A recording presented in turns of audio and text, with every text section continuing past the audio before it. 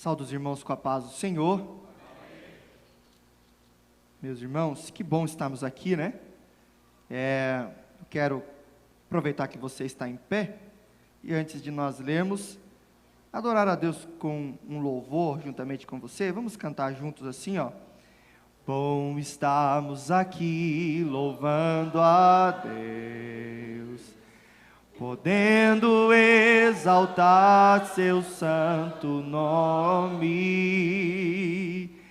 Tempo para isso, tempo para louvarmos a Deus, num só amor, num só Espírito. Tempo para isso, tempo para louvarmos a Deus, num só amor, num só Espírito. Deus, venha nos abençoar e que esta união nunca falte para nós. Deus, venha nos abençoar e que essa união nunca falte para nós. Amém. Que bom poder estar aqui com você, que bom poder compartilhar das bênçãos de Deus sobre a nossa vida. Meus irmãos, eu gostaria que você abrisse a sua Bíblia comigo no livro do Gênesis, capítulo 4 e versículo 26. Gênesis 4, 26.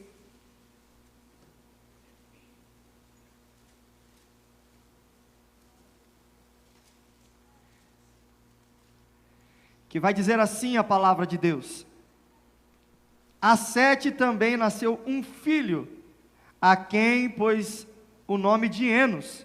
Foi nesse tempo que os homens começaram a invocar o nome do Senhor. Deus abençoe, tome o seu assento, dando glória a Deus. Meus irmãos, que bênção, né? Nós estamos aqui, como Deus tem falado conosco, como Deus tem se manifestado na nossa vida. E eu queria muito fazer um pacto com você, uma aliança com você, combinar algo com você que será muito proveitoso para nós. Eu gostaria muito que você me ajudasse a nós tornarmos o culto de ensino, culto da quinta-feira, ou como ele possa ser chamado, tornarmos o melhor e maior culto da nossa igreja. O que você acha de você me ajudar nesse propósito? E é simples, é muito fácil você fazer isso. Sabe o que você faz? Só comenta sobre. Comenta as coisas que Deus tem feito. Comenta as coisas que Deus tem realizado. Comenta daquilo que você tem aprendido. E eu tenho certeza que instigará outras pessoas a participarem também. Você vai ouvir assim: ah, mas na quinta-feira é muito chato, é só palavra, não tem louvor. Aí você fala para ele: mas Deus está operando, vai lá para você ver como é que é. Porque tem pessoas que faz tempo que não vêm no culto de ensino, né? Quem sabe até muda esse nome para ver se espanta menos as pessoas, né? Colocar um nome assim bem sugestivo. Tem um pastor, eu fui na igreja visitar, e lá eles chamam, ó que bonito o nome, Festa da Palavra. Fica muito mais receptivo, né? O irmão já pensa assim: vai ter uma festa lá. E já crente quase não gosta de festa, aí ele vem, é mais convidativo para ele participar e aprender a palavra de Deus. Mas é muito bom nós estarmos aqui aprendendo, porque a palavra transforma vidas. A palavra muda histórias. A palavra tira a sujeira que está no nosso coração e faz com que comece a fluir, como o próprio Jesus diz, o rio de águas vivas que Ele prometeu que nós iríamos fluir. Mas às vezes, o cano que o rio vai fluir está meio entupido, e é a palavra que vai tirar toda essa sujeira. Eu quero falar a respeito de algo muito interessante com vocês nessa noite, algo que Deus colocou no meu coração. Eu estava na minha casa pensando no que trazer para os irmãos, e Deus me trouxe algo interessante. Então eu fui pesquisar, eu fui buscar mais informações para passar para os irmãos. Mas, sem mais delongas, eu gostaria de perguntar para vocês, nos dias que nós vivemos, nos tempos que nós vivemos, adorar a Deus é uma coisa muito prática nos nossos dias. É fácil de nós discernirmos o que é e como é adorar a Deus.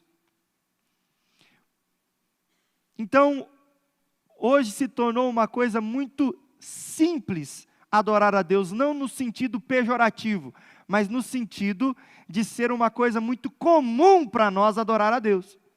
Não é verdade? É comum nós falarmos, vamos à casa do Senhor adorar a Deus. Agora, algo que me chama a atenção e algo que o Senhor colocou no meu coração é, qual é o conceito que nós temos de por que nós devemos adorar a Deus? Você já fez essa reflexão? Porque muitas vezes nós queremos saber de coisas muito complexas, né? Nós sabemos que o crente adora curiosidade. Na verdade, todo ser humano adora curiosidade. Se eu coloco o tema do culto de quinta-feira, ou no culto hoje, coloco lá, descobrindo se Adão tinha ou não tinha umbigo, ia lotar de gente aqui. Discutindo o que pode e o que não pode fazer, estava fervendo de gente. Mas as coisas que realmente são importantes para a nossa fé, nós às vezes entramos no piloto automático, e quando nós somos questionados, nós nem sabemos como responder. Eu gostaria de perguntar para você uma coisa assim, o que é adorar a Deus? Ou, por que você deve adorar a Deus? Você consegue definir isso? Você consegue me responder, se eu perguntasse para você hoje, por que você adora a Deus? Por qual motivo você adora a Deus? Será que seria fácil a resposta? Talvez uns diriam, eu adoro a Deus porque eu quero agradar a Ele. Eu adoro a Deus porque eu quero chamar a sua atenção, atrair a sua atenção. Eu adoro a Deus para fazer Ele se sentir melhor. Tudo isso é uma meia verdade. O real motivo de nós adorarmos a Deus, e é isso que eu vou propor para você nessa noite, nós devemos buscar na palavra de Deus. E nada melhor, irmãos, do que nós entendemos o que é adorar a Deus, começando do começo. Porque a gente não pode começar do fim, nem da metade, é do começo. E aonde a gente vai para discernir por que os homens fazem o que fazem hoje em dia? No livro do Gênesis. Por que nós fazemos o que fazemos? E por que nós fazemos como nós fazemos? O princípio de todas as coisas deixa para nós ideias, deixam para nós sugestões, deixam para nós diretrizes de como nós devemos fazer as coisas. E eu gostaria de descortinar algumas coisas com você a respeito disso. Adão foi o único homem, né, dentre a criação, que foi 100% a imagem e semelhança de Deus, como nós sabemos. E note uma coisa interessante. Preste atenção. No Éden, você viu alguma menção de Adão fazer uma oração? Em Gênesis você encontra, lá na Bíblia, e Adão orou dessa forma? Principalmente ali antes da queda. Você vê Adão oferecendo um culto a Deus? Você vê Adão cantando um louvor a Deus? Não tem menção nenhuma de nenhum culto, nenhum sacrifício, nenhum louvor, nenhuma oração de Adão no Gênesis. E Adão, volto a dizer, ele é o exemplo de homem. Adão, antes da queda, é o exemplo de homem que deveria ser seguido por nós, mas ele falhou. Adão é o homem na sua originalidade. Sabe aquele carro que você vai comprar e você acaba deixando de comprar porque ele é modificado? E essa modificação altera a estrutura do carro? Por exemplo, muitos carros que se envolvem em sinistros da perca total, ele é modificado. Ele teve a sua estrutura modificada. Então, muitas vezes ele tem o seu valor depreciado. E muitas vezes o mercado dele já não é tão atrativo como seria um carro que é original. Não é assim? Então, Adão é o homem original. Nós somos o negócio modificado. Nós somos o produto do homem em pecado. Mas Adão é aquele homem original, zero de fábrica. Ele não tinha o defeito antes da queda. E você não vê Adão fazendo nenhum tipo de adoração a Deus ali, no Éden. Ele não canta, você não vê ele cantando para Deus, você não vê ele orando a Deus, você não vê ele oferecendo sacrifício a Deus. Ou será que a tua Bíblia fala que ele ofereceu? Eu acredito que não, se for a mesma Bíblia que eu leio, né? Mas por que Adão não oferece esse tipo de louvor a Deus? Não presta esse tipo de adoração a Deus? Porque Adão, Fabinho, ele é o homem que consegue ter relacionamento com Deus mais perfeito que o homem já teve. Adão é o único homem que viveu um relacionamento perfeito com Deus. Adão, ele era um homem natural como nós, ele se relacionava com o material, mas ele também se relacionava com Deus, que Deus é Espírito. Então Adão, ele era diferente de nós, porque Adão tinha relacionamento real com Deus. A palavra vai nos dizer que Adão, ele conversava com Deus. O relacionamento de Adão é diferente do nosso. Adão não precisava orar a Deus, porque Adão falava com Deus, como quem fala com uma outra pessoa. Então o relacionamento de Adão com Deus era o relacionamento que Deus projetou o homem para ter com ele. Vou voltar para dizer para você. O relacionamento de Adão com Deus é o relacionamento que Deus projetou o homem para ter com ele. Então Deus sempre quis ter com a humanidade, com todos os homens, homens e mulheres, o mesmo relacionamento que ele tinha com Adão, antes da queda. Deus queria conversar conosco, como conversava com Adão. Queria falar conosco. E hoje a dificuldade aumentou, porque veio a queda. E a queda, ela traz consigo várias consequências. E uma das consequências é, o homem ele é expulso do jardim do Éden, ele é expulso da presença de Deus, por causa da sua própria atitude. O homem, por querer viver no pecado, Deus tem que retirá-lo da sua presença. E o relacionamento acaba sendo afetado pelo pecado, pela queda. E tudo começa a se degradar, se decompor. O relacionamento começa a ficar mais difícil. Mas, lembre-se bem, vamos voltar lá no diálogo, no último diálogo que Deus tem com o homem no jardim. Você lembra como que foi o último momento de diálogo entre o homem e Deus? Deus desce mais uma vez ao jardim para falar com Adão e Eva. Adão e Eva estão escondidos e já não estão mais nus. Eles estão agora vestidos com roupas feitas de folhas de figueira.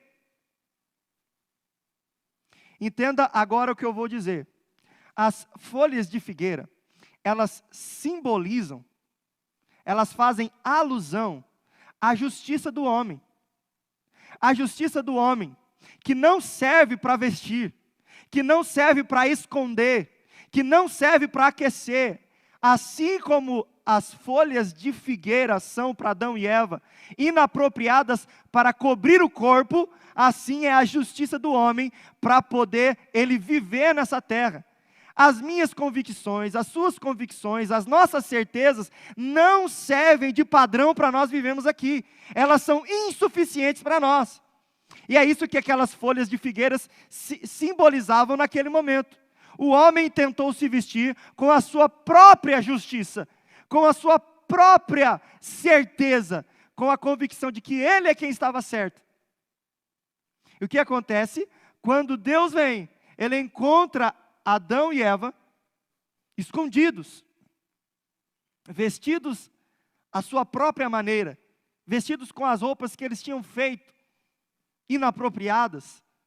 Folha de figueira, irmão, eu não tenho ideia como é a folha de figueira, mas não deve ser um bom tecido para você cobrir o corpo, né? Eu acredito que não deve ser. Tanto que você não vê gente andando com folha de figueira na rua, né? Eu não vejo. Mas o que Deus vai fazer? O pecado traz o quê? A maldição sobre a serpente, a maldição sobre Eva, a terra e sobre o homem. E após Deus trazer o resultado do pecado, Deus então vai confeccionar para o homem roupas feitas de pele de animais.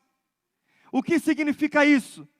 Somente o homem, somente Deus, com a sua justiça, é capaz de revestir ou vestir o homem, ao ponto que ele pode, através da justiça divina, esconder o pecado do homem. Folha de figueira não serve para nós vestirmos a nossa nudez. Folha de figueira não serve para nós justificarmos o nosso erro. Não serve para nós termos segurança para nós mesmos. Mas aquilo que Deus dá para nós, a única coisa que Deus dá para nós, a justiça divina, a graça de Deus revelada por nós, é a única capaz de nos vestir ao ponto de cobrir os nossos pecados. Quando o homem tenta, com as suas próprias forças, sair da armadilha que ele mesmo entrou, ele não vai conseguir. Mas quando o homem busca a Deus, e Deus vem ao seu encontro, Deus o resgata da onde ele está. Então, esse era um homem no jardim. Mas, a gente prossegue. A primeira menção de culto que a Bíblia vai nos trazer é de Caim e Abel. Você lembra muito bem, Caim e Abel são os filhos de Adão e Eva, e eles vão oferecer uma oferta a Deus. O primeiro culto, irmão, é uma oferta. O primeiro culto é uma oferta. O primeiro culto é uma oferta. O primeiro culto é o quê? O primeiro culto bíblico na Bíblia, registrado na Bíblia, é uma. E Deus incomoda o meu coração para falar alguma coisa para alguém aqui nessa noite. Uma pessoa, talvez até mais, está aflito porque não consegue oferecer a sua oferta. Talvez está aflito porque a situação está difícil, você não está conseguindo nem dizimar na casa do Senhor, porque apertou o calo lá, né? Mas Deus manda te dizer que Ele vai transformar essa sua história. Talvez não vai depositar dinheiro na tua conta, mas Deus vai fazer o teu trabalho prosperar. Você tem desejo no seu coração, mas não consegue. Está difícil. A situação está complicada. Você não tem dinheiro, você está... Mas eu vou te dizer uma coisa, use a sua fé e Deus vai mudar a tua história. Use a sua fé. Oferte aquilo que você tem. Porque Deus não está se importando com a quantidade de dinheiro ou de oferta que você dá. Ele está se importando com a qualidade da oferta que você dá. Mas o primeiro culto, o resultado na Bíblia, é uma oferta. E é uma oferta que Caim e Abel vão chegar. Eu vi alguns estudiosos falando que provavelmente eles trouxeram uma oferta para Adão, que Adão representava o sacerdote da família. E eles apresentaram para Adão, e Adão, assim como Pedro, vai receber a oferta. Como Pedro recebeu a oferta de Ananias e Safira, vai receber a oferta. Só que se Adão recebeu, teve alguém que não recebeu. Quem se faz presente na oferta? Tanto, olha só que interessante, eu nem tinha pensado nisso, mas agora vem na minha mente. O primeiro culto é uma oferta. Os primórdios da igreja primitiva têm uma oferta também. E nos dois casos, um homem recebe, mas Deus não recebe uma oferta. Nos dois casos. Porque Abel é pastor de ovelhas, pastor de animais. E ele vai trazer o primogênito dentre os seus animais. Ele vai trazer o melhor dos animais. Entendeu? Caim, ele é agricultor. E ele vai trazer o fruto da terra para Deus. Quando eles ofertam ao Senhor, a gente não sabe como aconteceu, mas vamos imaginar que o que aconteceu nesse momento, para que Deus rejeite uma oferta e aceite outra, é o mesmo que aconteceu lá no Monte Carmelo, que desceu fogo do céu e consumiu a oferta.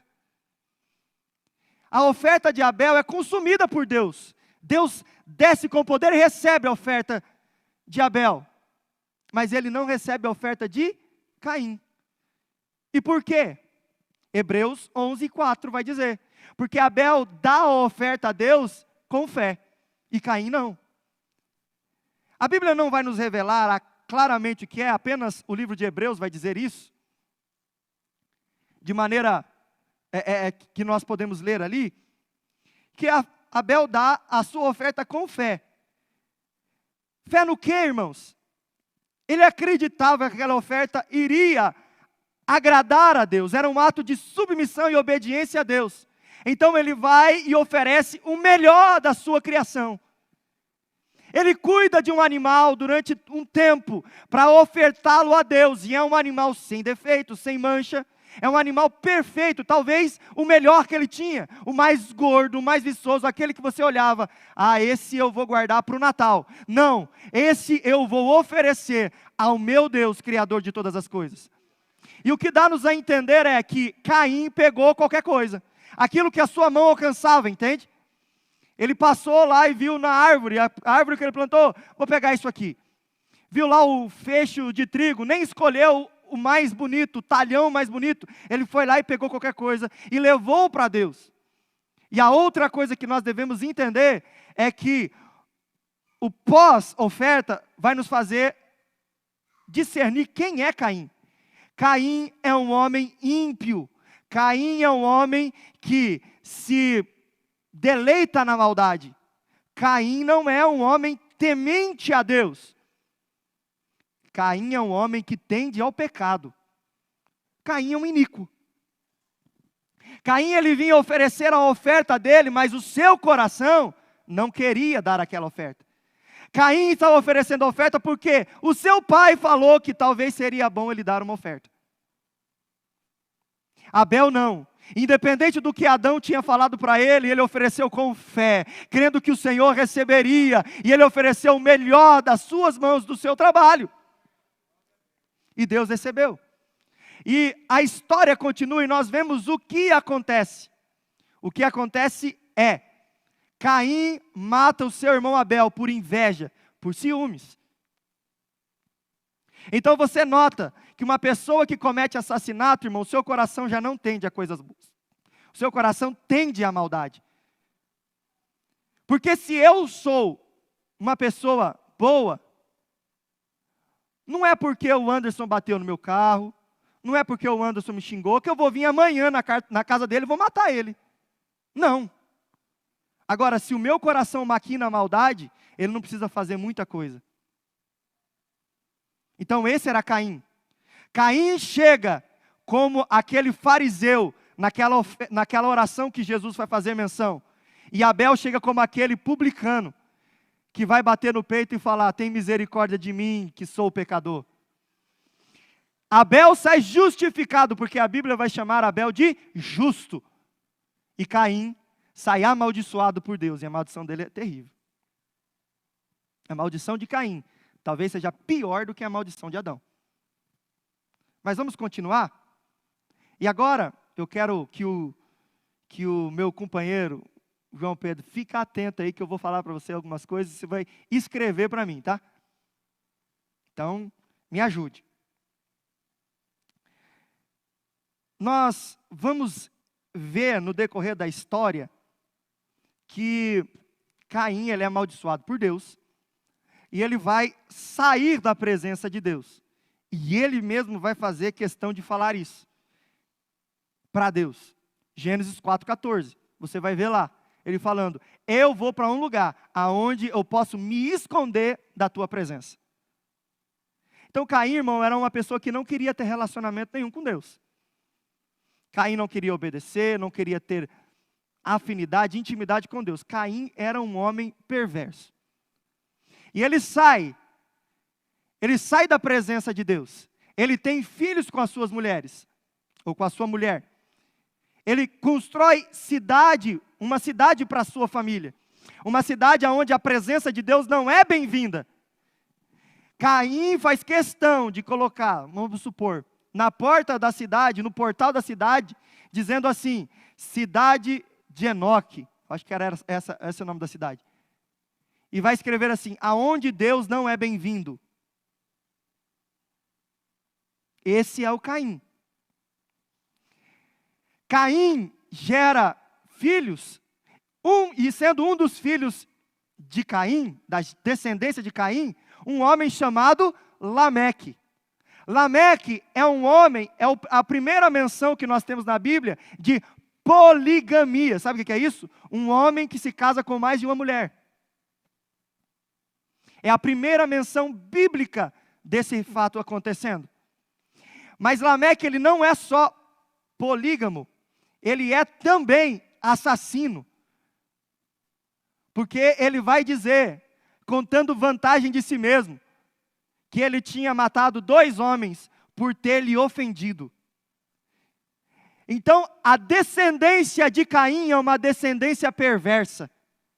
Tanto que, biblicamente, eles serão conhecidos como filhos dos homens.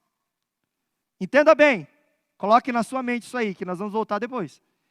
A descendência de Caim é chamada de filhos dos homens, não o filho do homem messiânico, que Jesus fala que ele é. Eles são tidos ali naquele momento como filhos dos homens. Entendeu?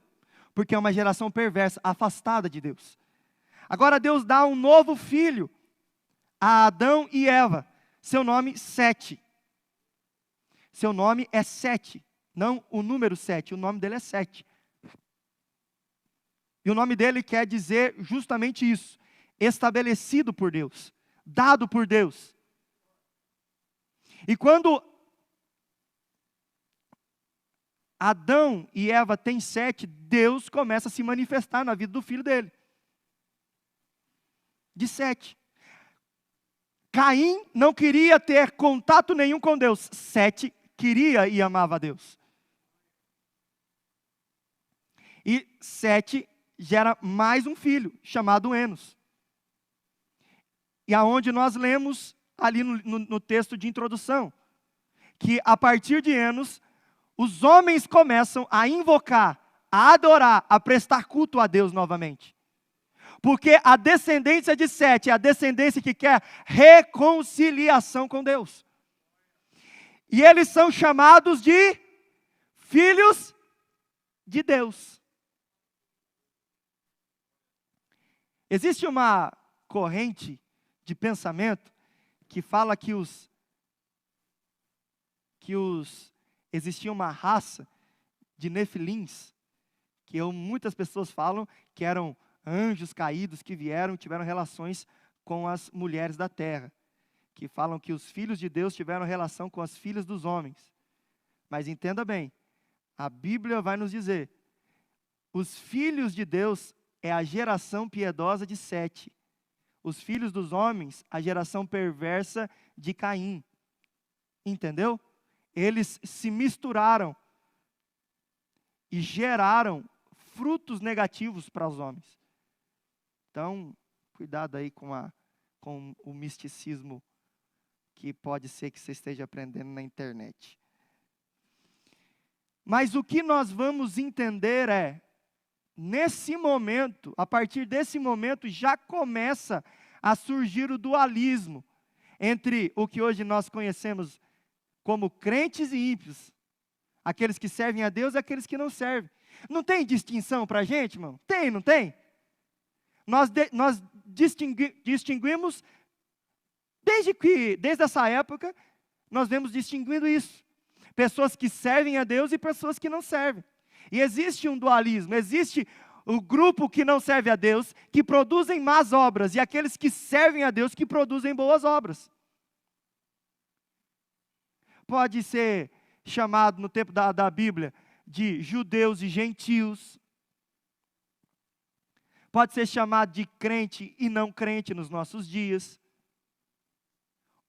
O nome vai variar no decorrer dos anos, mas a mesma premissa ela é real, que existe uma inversão de valores entre os filhos de Deus e os filhos dos homens, aonde os filhos de Deus buscam a Deus e os filhos dos homens se preocupam com as suas próprias necessidades, com as suas próprias vontades e não querem saber de Deus. Crentes e mundanos, já ouviu falar essa expressão, né? É isso, irmão. Desde essa época, começou a ter essa distinção, e a Bíblia vai nos dizer isso. Então, isso vai acontecer e vai existir até que o mundo acabe, até que Jesus venha de novo buscar a sua igreja. Agora, nós vamos procurar e tentar responder, por que surgiu somente em Enos a vontade de adorar a Deus? Por que somente em Enos vai se começar a adoração a Deus, o culto a Deus, a busca por mais intimidade com Deus? E nós vamos tentar responder isso na própria palavra. E vamos tentar responder isso com o nome dos próprios filhos de Adão. Vamos lá? Me ajude aí, João. Adão, no sentido genérico, você vai escrever aí. Adão é igual, sinalzinho de igual. Eu estou explicando para um camarada que vai ser engenheiro como fazer o sinal de igual, né? Adão é igual humanidade, no sentido genérico, certo? Certo. Caim é igual estabilidade.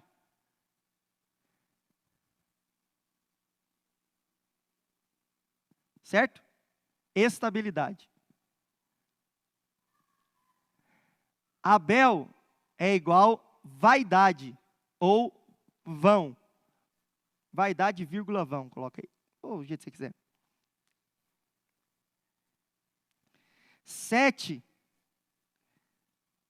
Sete é igual estabelecido por Deus.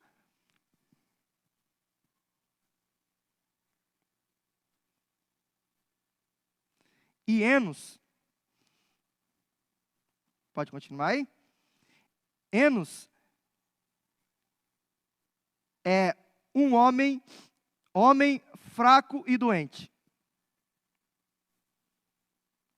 Enos, fraco e doente. Esses nomes. Eu quero que você agora preste bem atenção. Vamos lá, junto comigo. Eu vou falar o nome e você vai falar o significado do nome. Tá bom? Você me ajuda? Vamos lá, todo mundo junto? Eu falo o nome e você o significado. Tá bom? Todo mundo aqui comigo? Vamos lá, todo mundo junto. Adão. Rapaz do céu, tem alguém que falou forte, eu gostei. Vamos de novo, vamos ver se todo mundo fala igual. Adão. Ah, ficou bom, hein? Caim. Abel. 7. Enos. Interessante, né, esses nomes, né? Você sabe por que a Bíblia vai nos trazer esses nomes? Porque tem alguma coisa ali implícita, alguma coisa ali que a gente precisa analisar. E vamos voltar lá? Adão, como eu próprio falei para você, depois da queda, ele é aquele homem que busca em si mesmo o próprio sustento. Busca no seu braço a força para ele vencer os desafios. Adão é aquele homem que se acha autossuficiente.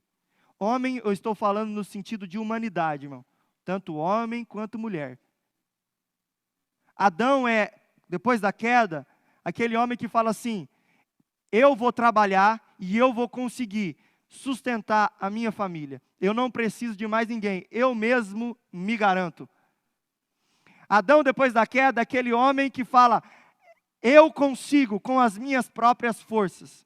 Eu não preciso de ajuda de ninguém. Eu não preciso de Deus. Eu sozinho consigo. E durante um tempo, esse pensamento ele dá certo. Durante um tempo, Adão vai trabalhar, vai conseguir prover a sua família e vai gerar fruto, que são os filhos, Abel e Caim. Tanto que Caim é, vamos lá, vamos voltar de novo. Tanto que Caim é, por quê? Pela sua própria força, Adão conseguiu ter estabilidade na vida. Ele gerou estabilidade em Caim. O fruto do trabalho, do esforço, da inteligência, o fruto daquilo que Adão fazia é Caim. A estabilidade que ele estava tanto procurando. Porque estabilidade sugere que a gente não precisa de nada. A gente tem tudo o que a gente precisa para sobreviver. Tanto física, emocional e espiritualmente. Estabilidade significa dizer: eu não passo necessidade, eu não tenho necessidade de nada. Esse é o Adão, que significa a humanidade sem Deus. Adão é a humanidade sem Deus, por isso ali, humanidade. Entendeu? E essa humanidade sem Deus, ela consegue prosperar até um ponto. Porque o que acontece na história? Adão gera 2. Caim. Por que você acha que Abel é chamado de vaidade? Por que você acha que Abel é chamado de uma coisa vã? Porque a força de Adão garantiu até uma altura. A inteligência de Adão foi até um ponto. Daqui a pouco, aquilo que Adão achava que era segurança, os seus 2 filhos, Caim e Abel, os 2 vão embora. Um é morto. Por isso, Abel é vão. Porque é uma coisa passageira. Porque a estabilidade vem, mas ela é passageira.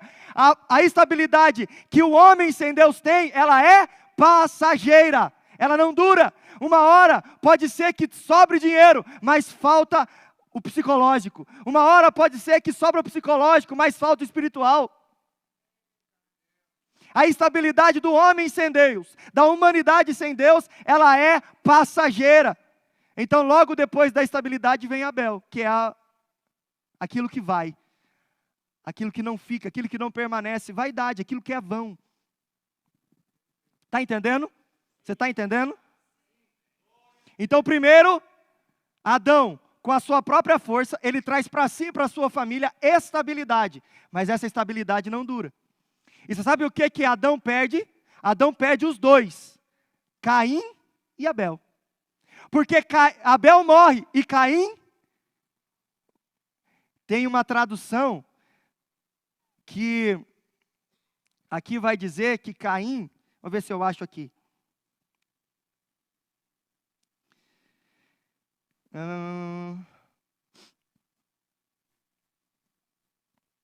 Aqui, ó.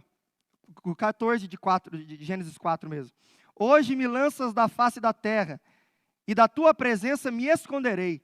Serei fugitivo e errante pela terra, e qualquer que comigo se encontrar me matará. Alguma tradução vai dizer que esse errante, alguma tradução não, uma das fragmentações da palavra no hebraico vai dizer o quê? Que esse errante é a mesma coisa de vagabundo. Homem que fica vagando a esmo, entendeu? Homem que vai e se perde no meio do caminho, que fica andando sem destino. Um vagabundo. Adão perde a estabilidade que tinha em Caim e perde o seu filho Abel, que era aquele que lhe trazia alegria aos olhos. Então todos os sonhos de Adão ele vê caindo por terra. Ele vê que tudo aquilo que ele estava planejando, aquilo que ele tinha sonhado, estava correndo atrás e tentando alcançar mediante o seu próprio esforço, vão embora. Vão embora. Tudo acaba. O chão que estava tão firme debaixo dele, de repente desaparece e ele fica sem chão. Esse é o homem, essa é a humanidade sem Deus. Parece que está dando certo, mas de repente as coisas mudam. E você se vê sem alternativa, sem ter para onde ir. E aí quando você se vê sem aonde ir, você fica perdido. Aí você vê que você não vale nada. Só que Deus, Ele é o quê? Misericordioso. Ele é bom. Ele é maravilhoso. E Ele vai dar 7 a Adão. E 7 é aquele que é estabelecido por Deus. Porque quando foi a humanidade de Adão, ele olha para si e fala, agora acabou, agora não tem jeito. Deus aparece na história e estabelece o dele, que é melhor do que a estabilidade que Adão pensou que ele tinha. Porque quando Adão achou que pela sua própria força ele conseguiria, tudo foi por água abaixo, mas agora Deus surge na história mais uma vez e presenteia Adão com aquele que será o filho da genealogia de Cristo. Um filho maravilhoso, que em vez de fazer como Caim fez, afastar-se de Deus, ele vai trazer a presença de Deus de novo para a família de Adão. Então Deus estabelece 7 para Adão. E depois de Adão, depois de 7, Adão tem Enos. Enos é o homem fraco e doente. Pastor, mas o que tem a ver isso? Porque a partir de 7 é quando o homem começa a adorar a Deus. Sabe por que a partir de 7 que o homem, de Enos que o homem começa a adorar a Deus? Porque a partir do momento que o homem reconhece a sua debilidade, fragilidade, a sua fraqueza, a sua doença espiritual, a partir do momento que ele olha para dentro de si e fala e descobre quem ele realmente é, ele se prostra diante de quem realmente é alguma coisa. Vamos lá? Vamos entender então por que nós devemos adorar a Deus? Não sei se você pegou, captou aí, vou fazer um resumo breve de tudo. Adão é a humanidade hoje. Muitos dos que estão aqui, inclusive eu, que pensam que pelo conhecimento, pelo dinheiro, pelo poder, pelo cargo que tem, pela estabilidade que tem, pelo seu próprio trabalho, acham que não precisam de Deus. Esses homens não vão adorar a Deus. Não vão, irmão. Não vão adorar a Deus como Jesus vai falar para aquela mulher samaritana. Adorar em espírito e verdade. Não vão. A adoração deles é como a de Caim. Até vem a igreja, até ofertam, mas Deus não recebe. Não sabem como adorar, não sabem por que adorar, não sabem a real necessidade de adorar a Deus. Homens sem Deus. Homens que acreditam na força do próprio braço. Porque a palavra de Deus vai nos dizer o quê? Maldito o homem que confia no homem. Eu já vi muitas pessoas falando que esse texto refere-se a eu confiar em alguém. Não, isso não é. Se você ler a continuidade do texto, você vai ver que faz do seu próprio braço. O que ele está querendo dizer? Maldito o Haroldo que confia no Haroldo. Maldito o Richardson que confia no Richardson. Maldito o Adão que confiou no Adão. Maldito você que confia em você. Que pensa que você tem segurança, que você que consegue. Você pode até conseguir no começo, mas vai chegar uma hora que Abel nasce e Abel leva tudo embora. Porque quando Abel morre, Caim vaza também da presença dos pais. Eva perdeu os 2 filhos numa tacada só, meus queridos. Adão perdeu os 2 filhos num momento só. Porque ele acreditava que sem Deus ele conseguia. Eu vou falar para você, você pode ter dinheiro, você pode ter qualquer coisa nessa terra, mas sem Deus isso não vale nada, isso não é nada. Você pode ser até respeitado lá na empresa que você trabalha, mas você não é nada sem Deus, porque Adão pensou que ele era alguma coisa, Adão pensou que ele conseguiria fazer sem Deus, e sabe o que aconteceu? Ele perdeu tudo, e é quando perde-se tudo, que você vê a real necessidade de se aproximar daquele que pode te dar muito mais além do que você pede ou pensa. Quando você perde tudo, e você já deve ter passado por isso, porque eu já passei, você começa a dar valor a que Deus é na sua vida. E aquilo que Deus faz se torna muito mais valoroso. Quando você perde tudo, você lembra que você tem um Criador. Quando você perde tudo, você lembra que Deus tem muito mais para te dar. Você lembra que você é dependente de Deus. E aí nasce o 7. Porque é Deus sendo misericordioso na sua vida, mesmo você e eu não merecendo. E quando Deus estabelece na nossa vida, quando Deus começa a agir na nossa vida, quando nós permitimos Deus agir na nossa vida, aí nós aprendemos a lição, porque nós descobrimos que nós somos todos miseráveis, nós somos todos pecadores. Eu venho tentando falar com vocês há muito tempo isso, e a palavra de Deus vem me coagindo cada vez mais a falar.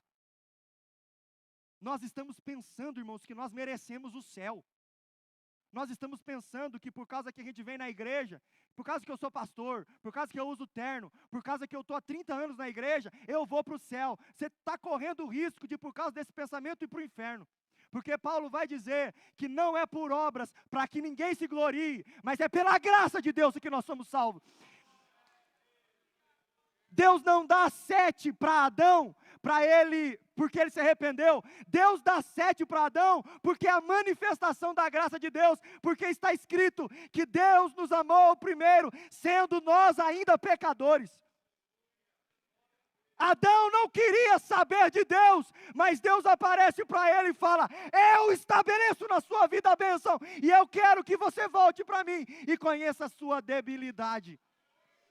É assim que Deus fez com a gente, irmão, e é assim que Ele continua fazendo, porque a gente pensa que a gente é bom, porque a gente ora, porque a gente jejua, porque a gente tem vários anos de fé, e corre o risco da gente ir para o inferno, e alguém que se arrepende hoje e morre amanhã, ir para o céu e a gente não.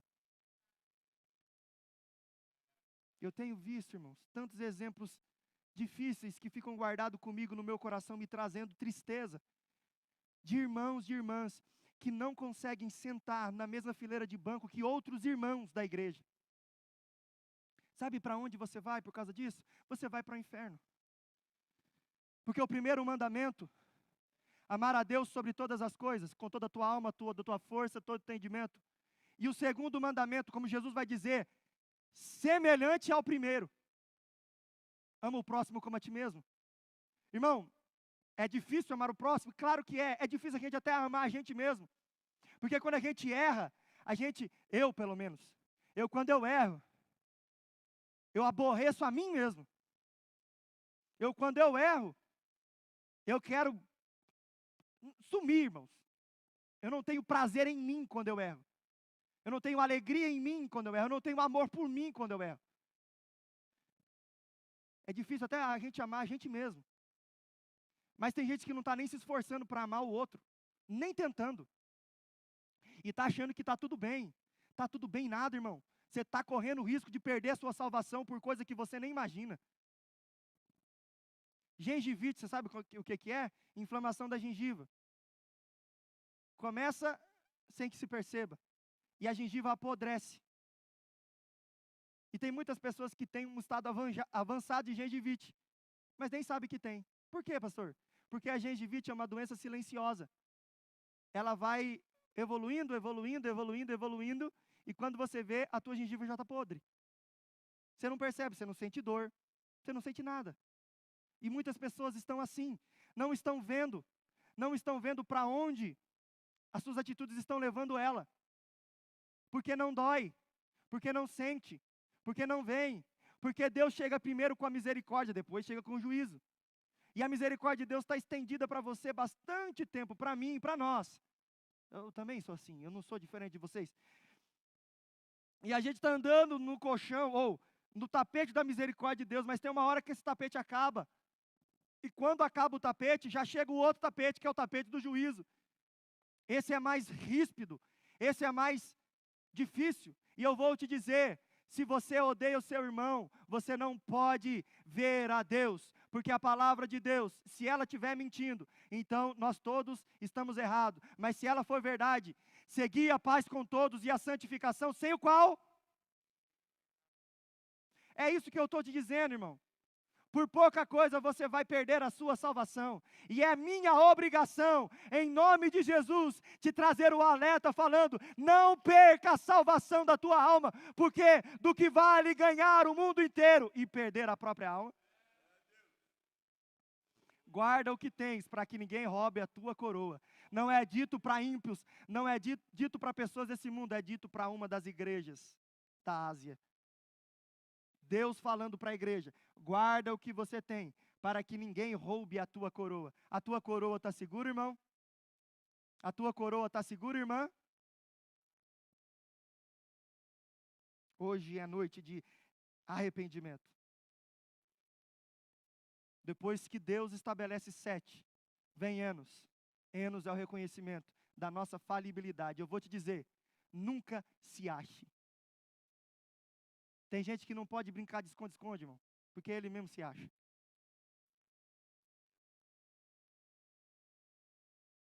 Nunca pense que você é alguma coisa. Todas as vezes que eu pensei que eu era autossuficiente, Deus deixou de operar na minha vida. Eu orava e Deus não respondia minhas orações. Eu pedia e Deus não estava lá. Sabe por quê? Quer ir? Vai. Você acha que você consegue sozinho? Vamos ver até onde você vai. Pessoas maduras na fé entendem o quão dependente de Deus elas são. Pessoas fracas na fé acham que elas são alguma coisa. Vou repetir. Pessoas maduras na fé sabem que são dependentes de Deus. Pessoas fracas na fé acham que eles são alguma coisa. Acham que eles valem alguma coisa. Irmão, não é por causa de mim. Não é por causa de eu ser bonito, de eu ser bom, inteligente. Sei que eu sou tudo isso, muito obrigado. Mas não foi por causa disso que Deus me amou. Não foi por causa disso que eu sou salvo. É unicamente pela bondade e a misericórdia de Deus. Outra coisa, por que tem tantas pessoas que têm chamado de Deus para a vida e não conseguem exercer o chamado? Sabe por quê? Vou dizer para você. Hoje eu vou rasgar o livro aqui. Vou dizer por que tem pessoas que têm chamado de Deus e não conseguem exercer o chamado. Sabe por quê? Porque falta ela se lançar a Deus. Como assim, pastor? Porque ela aceitou a Deus na sua vida. Isso é uma coisa. Mas lançar-se a Deus é totalmente diferente. Porque lançar a Deus é só quem tem gratidão no coração. É só quem sabe de onde Deus te tirou e aonde Ele te pôs. É só quem sabe como é o agir de Deus e o transformar de Deus na sua vida. E só quem é assim tem gratidão por tudo que Deus fez e quer compensar a Deus pelo que Ele fez. Mesmo que ele saiba que ele nunca conseguirá, mas esse é o fruto de um coração arrependido. Deus, ainda que eu nunca consiga, eu vou tentar até o fim da minha vida. Eu vou dar para o Senhor tudo que eu tenho, tudo que eu sou, tudo que eu posso. É o Senhor quem merece todas as coisas. E tem gente que está parado no ministério, com chamado, com promessa, que não consegue se lançar a Deus. Por quê? Porque é uma vida seca, é uma vida vazia, que olha para as coisas que Deus deu e reclama, olha para as coisas que Deus dá e desfaz, olha para as coisas que Deus dá e não dá valor. Eu quero te dizer nessa noite, Deus te deu tudo que você nunca jamais sonhou em conseguir, que é a salvação e a vida eterna. Você é merecedor merecedor de morte, eu sou merecedor de morte, porque todos pecamos e afastados estávamos, destituídos estávamos da presença de Deus, e por pecar nós merecíamos a morte. Mas sabe o que Deus fez por nós? Ainda sendo pecadores, Ele nos deu vida, nos deu vida, nos deu vida, nos deu vida, nos deu vida, e não é uma vida qualquer, irmão, é uma vida em abundância. Não é uma vida qualquer, irmão. Deus não deu uma água que a gente toma e volta a ter sede. Ele deu uma água viva que faz a gente produzir. Mas você não entende porque você é ingrato. Pronto, falei. Hashtag pronto, falei. Seja grato e Deus vai honrar a sua vida. Deus vai fazer na sua vida. Seja grato a Deus e você não vai ter problema em fazer qualquer coisa que Ele te pedir. Vamos lá? Por que nós adoramos? Primeira coisa, por que nós adoramos? Porque nós reconhecemos que nós somos finitos, nós somos limitados, nós somos fracos, nós somos doentes, nós somos cansados, nós não sabemos de nada na nossa vida, a nossa vida é uma incerteza, nós não conseguimos garantir o dia de amanhã. Nós adoramos porque nós reconhecemos a nossa limitação. Você está aqui? Por que nós adoramos? Em primeiro lugar, porque nós reconhecemos quem de fato nós somos. Segundo lugar, porque nós adoramos? Nós só nos prostramos diante de alguma coisa que é boa, certo? Diante de alguma coisa que nós reconhecemos que é superior a nós. Concorda com isso? Vamos pegar aqui, esse exemplo é difícil. Vou pegar essa taça aqui, que eu posso jogar no chão, ela vai quebrar, vai deixar derramar toda essa água, e eu sei que ela é frágil desse jeito, eu vou colocar ela no altarzinho, vou ficar, santa taça, vou fazer isso? Não, porque essa taça é pior do que eu. Ela é inferior a mim. Consegue entender? Você não adora quem você acha que é inferior a você. Você não adora quem você acha que é pior do que você. Você não adora nem quem você acha que é igual a você. Para você adorar, você tem que reconhecer naquilo que você adora a superioridade que Ele tem sobre a sua vida. Entendeu? Então, primeiro, você adora porque você reconhece quem você é. E você adora aquilo que você acha que é superior. Entendeu? Você adora aquilo que fez, você adora aquilo que faz e aquilo que fará coisas boas para a sua vida. Certo? Coisas que você não pode fazer. Terceiro, põe lá para nós, João, rapidinho. Salmos 115, 4 ao 8. Ô Anderson, vai ler para nós aí rapidinho. Salmos 115, verso 4 ao 8. Liga o microfone aqui, Diogo, por favor, do Anderson. Isso. Os ídolos deles são prata e ouro, obra das mãos dos homens. Tem boca, mas não falam. Tem olhos, mas não veem. Tem ouvidos, mas não ouvem. Nariz tem, mas não cheiram. Tem mãos, mas não apalpam. Tem pés, mas não andam. Nem som algum sai de sua garganta. Presta atenção nesse último. Tornem-se semelhantes a eles os que os fazem e todos os que neles confiam. Rapidinho, 2 Reis 17, 14 e 15. 2 Reis 17, 14 e 15. Rápido, meu querido. Olha lá. Porém não deram ouvidos, antes endureceram a sua cerviz, como a cerviz de seus pais, que não creram no Senhor, seu Deus. Mais uma vez. E rejeitaram os estatutos e o concerto que fizera com seus pais, como também os testemunhos com que protestara contra eles, e andaram após a vaidade e ficaram vãos, como também após as nações que estavam em roda deles, das quais o Senhor lhes tinha dito que não fizessem como elas. Tá bom. E andaram após a vaidade e ficaram vãos. O primeiro vai dizer: tornem-se semelhante a essas coisas, aqueles que os adoram. Você adora, ou vou reformular, você é aquilo que você adora. Você é aquilo que você adora. A palavra não vai dizer. Quando você adora um ídolo falso, você se torna uma pessoa falsa. Quando você adora um ídolo vazio, você se torna uma pessoa vazia. Quando você adora um ídolo que não tem pensamento, raciocínio, você se torna burro e ignorante também, igual ao negócio. Agora, vamos lá? Quando você adora a Deus, entendeu?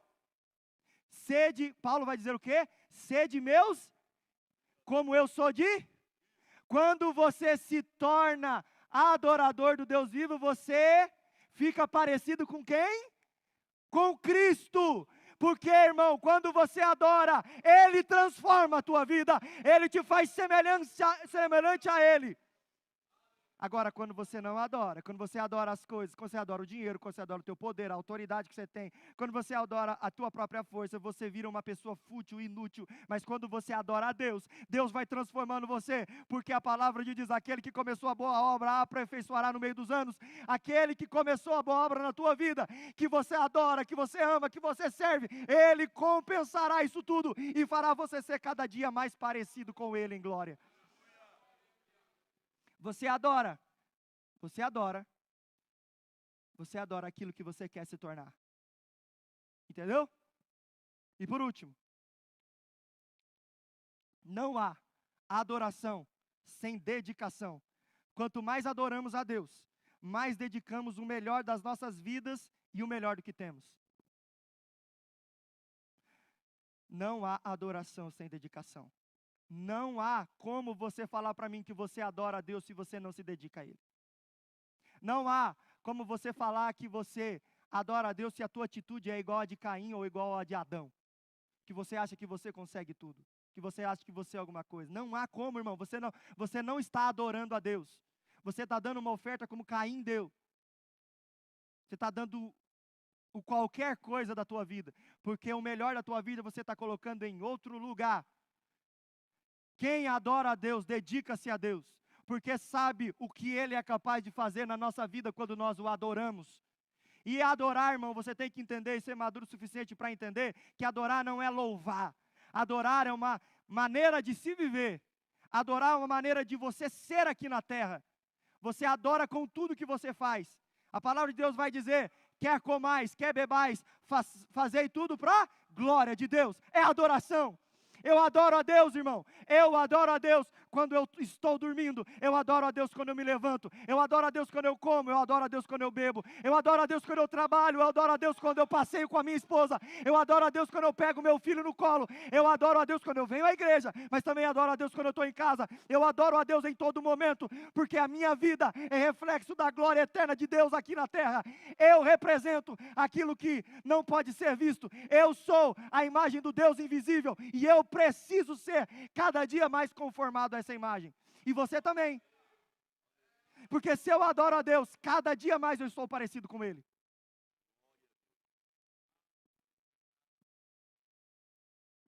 Então eu chego à conclusão, e já estamos encerrando. Se você quiser ficar em pé, só para dar uma enganadinha em vocês. Pode ficar em pé, irmão. Chego à conclusão que a adoração, diferente do que muitos pensam, a adoração não muda a Deus. A adoração não muda a Deus. Não deixa Deus mais contente. Não deixa Deus mais alegre, mais feliz. A adoração me transforma em dependente de Deus. A adoração é um instrumento que Deus usa, não para Ele mesmo, mas para nós. A adoração é Deus mostrando a sua bondade e transformando a nossa vida. Então aquilo que nós achamos, eu vou para adorar a Deus, eu vou fazer tal coisa, muitas vezes não é para transformar o relacionamento ou como Deus é, não. Deus vai continuar sendo soberano, eterno, onisciente, onipresente. Deus vai continuar sendo tudo que Ele é, e a minha adoração, a tua adoração não vai fazer diferença nenhuma. Ele é autossuficiente e autoexistente. A adoração serve para nós. Para nós o quê? Para nós sermos transformados por entendermos qual é a nossa relação com esse Deus maravilhoso. Nos tornamos, a partir da adoração, imagem e semelhança de Deus, e nos dedicamos com todo o nosso coração a Ele. A adoração é mais para nós, para o nosso próprio benefício, do que qualquer outra coisa. Você achou, irmão? Nós achamos. Nós queremos isso. Estamos numa sociedade cada vez mais humanista. Nós achamos que nós damos conta de tudo. Quantos são assim, irmãos? Vamos ser sinceros conosco mesmo. Os gabinetes pastorais estão repletos de pessoas assim, que no primeiro problema, viu que não conseguia resolver, em vez de procurar a ajuda do pastor naquele momento, vão falando assim, não, eu não vou incomodar. Mas você sabe que o que é se incomodar não é incomodar. O que na verdade você está dizendo é, eu não preciso dele. Eu mesmo resolvo meus problemas. É isso que é o teu pensamento. Quando você deveria procurar ajuda de alguém, ou mesmo de Deus, você fala assim, deixa que eu resolvo. Eu sei como resolver. E nós estamos cada vez mais independentes de Deus. E a independência de Deus, irmãos, faz-nos ter uma vida vã, passageira. Lembra de Eclesiastes? Tudo é vaidade. Ali em Eclesiastes é um homem sem Deus. Que ele entende no final da sua vida que tudo que você for fazer, de todas as coisas que você for fazer, teme a Deus. Porque ele percebeu que tudo que ele fazia era pura vaidade. Ele trabalhava e não adiantava. Ele comia do bom e do melhor, não adiantava. Ele tinha as mulheres, mas não adiantava. Ele tinha dinheiro, mas não adiantava. No final da vida ele chegou e falou assim, tudo é vaidade. Mas tem uma coisa que não é vaidade. Teme a Deus. Tem uma coisa que vai garantir para você a estabilidade real e verdadeira. Teme a Deus. Tente ser menos autossuficiente, irmão. Tente ser mais dependente. Deus quer transformar a sua vida. Deus quer trabalhar na sua vida, mas depende que você deixe Ele trabalhar. Porque Ele te ama. Porque Ele te ama. Muitas vezes, Ele vai moer e acabar com a tua vida para poder você dar permissão para Ele atuar lá. Quando você não tiver dinheiro, quando você não tiver família, quando você não tiver os filhos perto de você, quando você não tiver mais o teu emprego, quando você não tiver mais aquilo que é tão importante para você, você vai lembrar daquele último fio de esperança que você tem. Você lembra de Deus. Então não espere isso acontecer. Lembra de Deus enquanto é tempo.